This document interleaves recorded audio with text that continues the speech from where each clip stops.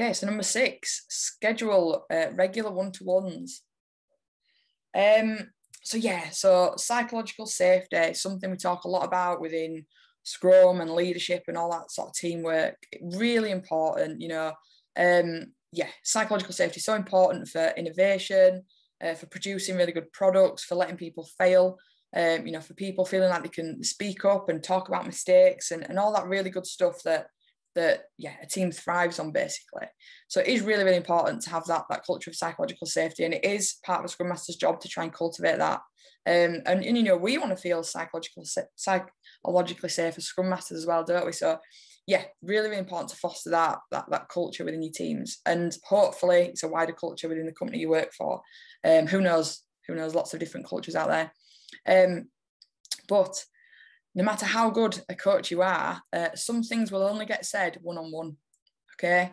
So some things will only get said one-on-one. And you might not want to believe it. You might think you're the best coach in the world, and there's all these opportunities in Agile, isn't there, to inspect and adapt and, say it as it is and speak the truth. But actually, some things will just be said one-on-one, and that is human psychology. That's the way of the world. Recent example for me, which highlighted the value of one-to-ones. We had a couple of back-end developers come and join our team.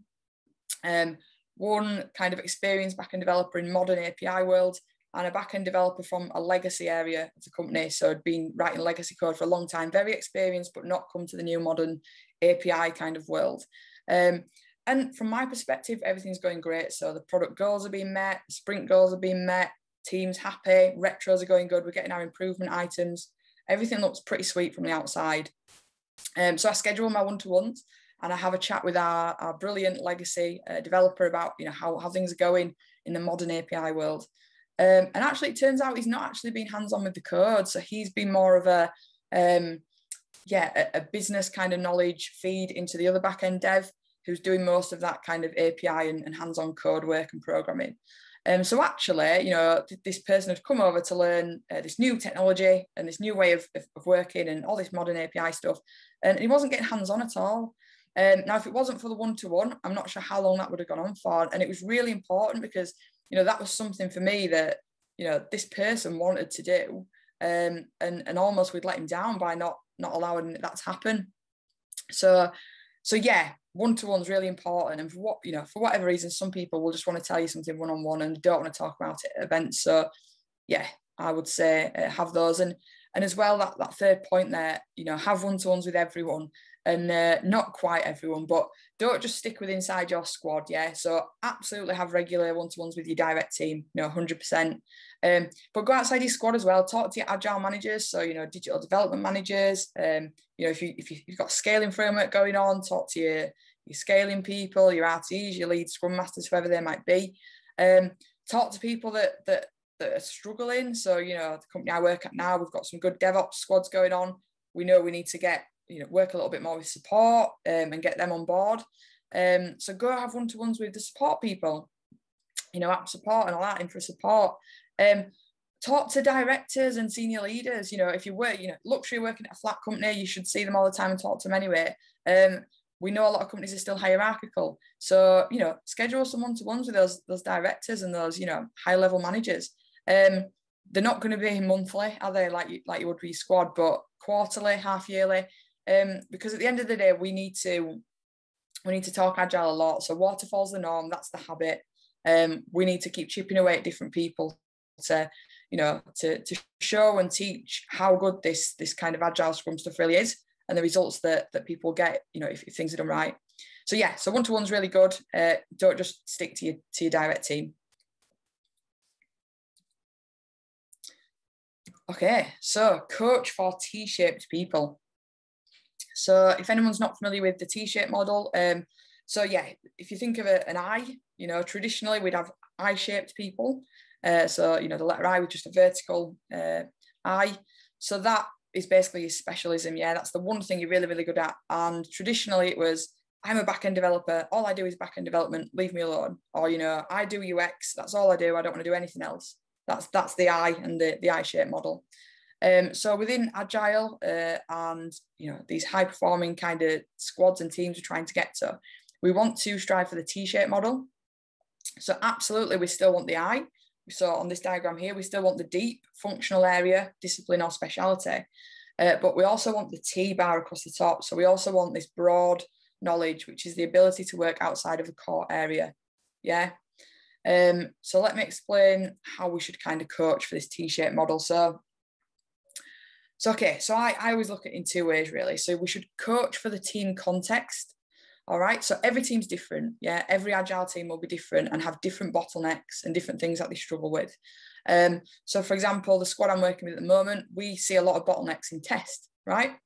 So that's, it's a pattern we see. Yeah, we know we get bottlenecks in test, and there's a few ways of getting around that. What we don't want to do is bring more user stories in, bring more work in, bring more dev in, because we know about flow, and you're not actually going to get things delivered any faster there. You're just going to slow things down because tests will build up and build up. Okay, so what we want to do is we want to talk to these different devs, and we want to try and get them, learning different skills in terms of, do they want to look at testing, for example, so that when that bottleneck occurs, actually, we can say, look, we've got tons of things going on here in test. Let's stop bringing things into the pipe, and devs, can you come and help the testers out? Yeah, and you might get the challenge back of, well, that's marking my own homework, and it's quite an old school way of thinking, really.